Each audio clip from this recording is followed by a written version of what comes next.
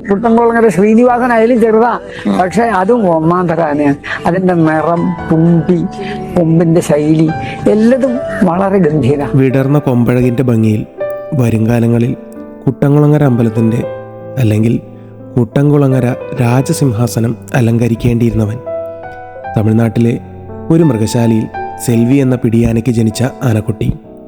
കൃത്യമായ ജനനത്തീയതി അറിയാവുന്ന ഒരു ആനക്കുട്ടി.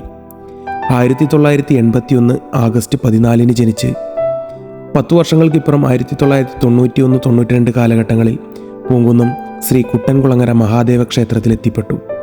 അതെ, നമ്മുടെ സ്വന്തം കുട്ടൻകുളങ്ങര ശ്രീനിവാസൻ. നാടനാനകളിലെ പ്രമുഖ സ്ഥാനക്കാരനായിരുന്ന കൊമ്പൻ കുട്ടൻകുളങ്ങര ശ്രീനിവാസനും ഇന്ന് ചെരിഞ്ഞു. അതെ, 1 മാസക്കാലമായി ചികിത്സയിലായിരുന്ന കൊമ്പൻ 43 വയസ്സ് പ്രായത്തിൽ നമ്മെ വിട്ടകന്നു.